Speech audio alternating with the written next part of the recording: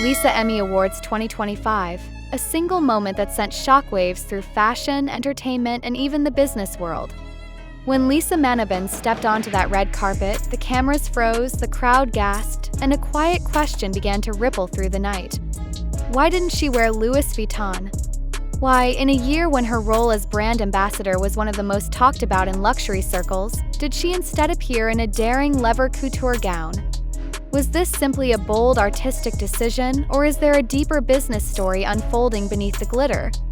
And somewhere in the shadows, the name Frederic Arnault whispered into the conversation, adding fuel to speculation and intrigue. First glance, the moment felt like pure fashion drama. Lisa in leather couture, layers of bubblegum pink tulle, a leg slit cut daringly high, jewelry sparkling like liquid fire across her skin. It was the kind of look that magazines instantly call unforgettable. Yet the suspense wasn't in the dress itself. It was in what the dress wasn't. No Louis Vuitton, no direct LVMH flex, no predictable showcase of the house she represents. And in that gap between expectation and reality, an entire global audience began to wonder, is Lisa making her own play? The setup here is critical. Lisa is not just another K-pop star turned actress walking into the Emmy Awards. She is a brand ecosystem on her own. Her Instagram posts alone generate millions in media impact value. She's not just promoting fashion, she's shaping consumer psychology. When a single picture of Lisa Blackpink wearing a perfume, a handbag, or a watch can translate into millions of dollars of earned media, she becomes more than a celebrity. She becomes what luxury insiders call a visual asset, a human extension of the brand's identity, a living billboard that no algorithm can replicate. Companies like LVMH have built entire investment strategies around this concept. And this is where the shadow of Frederic Arnault enters again, as his role in steering luxury houses highlights how the Bernard Arnault dynasty thinks about brand alignment and future positioning. The trigger moment at the Emmys wasn't just about a dress. It was about control. By choosing leather couture instead of Louis Vuitton, Lisa sent a subtle message. She's not bound by a single narrative. Fans didn't see a puppet of corporate fashion, they saw a woman making an independent statement. And in the psychology of marketing, that independence makes her even more magnetic. Fans don't just follow stars for beauty or talent, they follow them for moments like this, when unpredictability sparks curiosity. That curiosity drives conversation, conversation drives engagement, and engagement drives revenue. Every retweet, every article headline, every social media reaction becomes part of the value chain Lisa generates. Behind the scenes, luxury brands like Louis Vuitton know exactly how this game works. They don't just sign ambassadors to wear their clothes. They are investing in digital rights, licensing, and future revenue streams tied to personality-driven content. LVMH's playbook is clear: capture talent that can cross borders, cross platforms, and cross industries. Lisa is the perfect storm. Music, acting, fashion, social media, every layer multiplies her reach. And yet, the fact that she wore leather couture on the Emmy stage shows she can choose to shift the spotlight.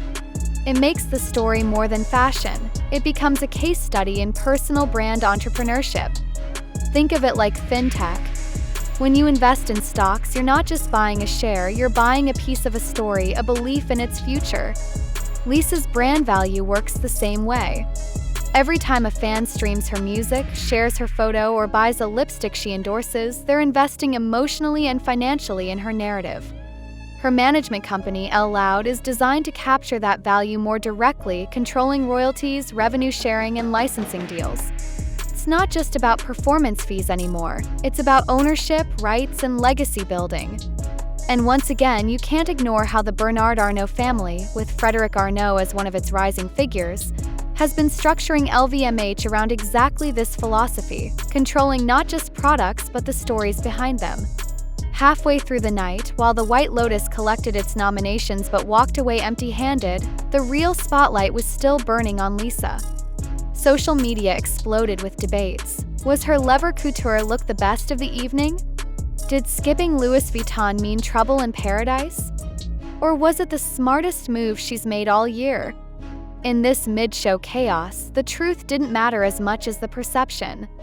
And perception is the true currency of the luxury economy. Here's where the business insight sharpens. Lisa doesn't just attend an awards show, she redefines the marketing psychology of an entire evening. By simply wearing a different dress, she turned herself into the story. This is textbook brand strategy. When everyone expects A and you deliver B with elegance, you don't lose momentum, you gain leverage. Fans start talking, brands start recalculating, and media outlets run free PR campaigns that generate millions in earned value. Couture gets its global moment, Louis Vuitton gets mystery-driven buzz, Bulgari sparkles in every photo angle, and Lisa sits in the center, the architect of attention. That's not just fashion. That's entrepreneurship disguised as style. And then comes the climax of facts. Lisa's personal brand is estimated to be worth tens of millions annually in direct and indirect revenue. She consistently outperforms her peers in media impact value per post. Her crossover into acting through the White Lotus opens new revenue channels in Hollywood, licensing, and streaming platforms. Her fashion influence stretches from Paris to Seoul to Los Angeles. She's not just playing the game, she's building her own empire within it. And as whispers of Frederic Arnault re-emerge toward the end of the night, audiences can't help but connect the dots. The daughter of Thailand turned global star, the son of Bernard Arnault turned CEO of L'Europeana, and the intersection of personal freedom with corporate luxury ambition. But beyond all the speculation, there's an emotional closure that fans can't ignore. Lisa's journey is no longer about proving herself as a singer or actress. It's about building legacy.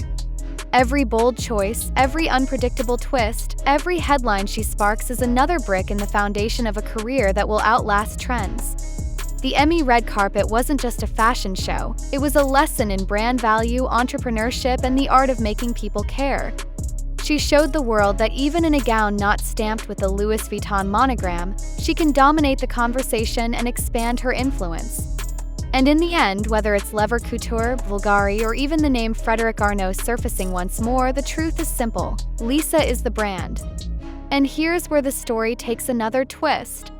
While the cameras kept flashing and fans were screaming her name, industry insiders noticed something deeper. Choosing Couture wasn't just about fashion, it was a signal. Think of it as a chess move carefully planned. In business terms, Lisa was repositioning her brand value. By stepping away from the expected Louis Vuitton gown, she forced every fashion journalist, every market analyst, and every luxury watcher to ask, "What does this mean?" And once that question is asked, attention skyrockets, which in branding terms equals free global marketing worth millions. Frederic Arnault's name, of course, hovered in the background. As the CEO of L'Europeana and son of Bernard Arnault, the man behind LVMH, his family empire thrives on control of narrative, on making sure ambassadors amplify the power of their houses. But Lisa's choice showed that even within that system, she has leverage. The psychology of fans played directly into this. Fans don't just consume fashion, they decode it, spread it, and amplify it across social media, X, Instagram, and YouTube. When fans turn speculation into content, Lisa multiplies her visibility without spending a single cent. That's brand equity built not by the brand, but by the people who follow her every move. Now think about the numbers. When one dress on the red carpet generates tens of millions of impressions globally, that's a return on investment that dwarfs traditional ad campaigns. Couture, a smaller brand compared to Louis Vuitton, suddenly received a surge of attention money can't buy. And who delivered that? Lisa Blackpink. This is why her market value as an ambassador and a visual asset is so powerful. For LVMH, it becomes a double-edged sword. They want Lisa aligned with Louis Vuitton, but they cannot ignore the fact that her independent choices elevate her beyond the boundaries of one house. Midway through the night, as clips from the Emmy red carpet hit the internet, you could already feel the impact. Search terms spiked, engagement doubled, and discussions about Lisa's choice overshadowed even some of the Emmy winners. That's the magic of marketing psychology, when the narrative becomes bigger than the product itself. Fans were not just asking, "What is Couture?" They were debating strategy, loyalty, and even financial implications. That's where business and entertainment blend seamlessly. So the bigger question becomes, was this Lisa's personal expression or a masterclass in personal branding?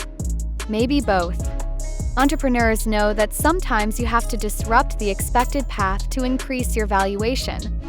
For Lisa Manoban, every red carpet is not just fashion, it's a boardroom, a negotiation table, a live case study in brand growth. And in that sense, the Emmys 2025 wasn't only about who won an award, but about who controlled the global conversation. So here's the teaser you didn't expect. What if this was only the beginning? What if Lisa's next moves are not about dresses or jewels, but about building an empire that blends entertainment, fashion, and digital assets into something no K-pop star has ever attempted before? That's the suspense, that's the business layer, and that's why audiences can't look away. And as you've stayed with this story until now, let's turn curiosity into connection. Drop your thoughts in the comments, share this video with friends who follow Lisa's journey, and subscribe if you want to keep exploring the layers of business, brand, and legacy hiding behind every headline.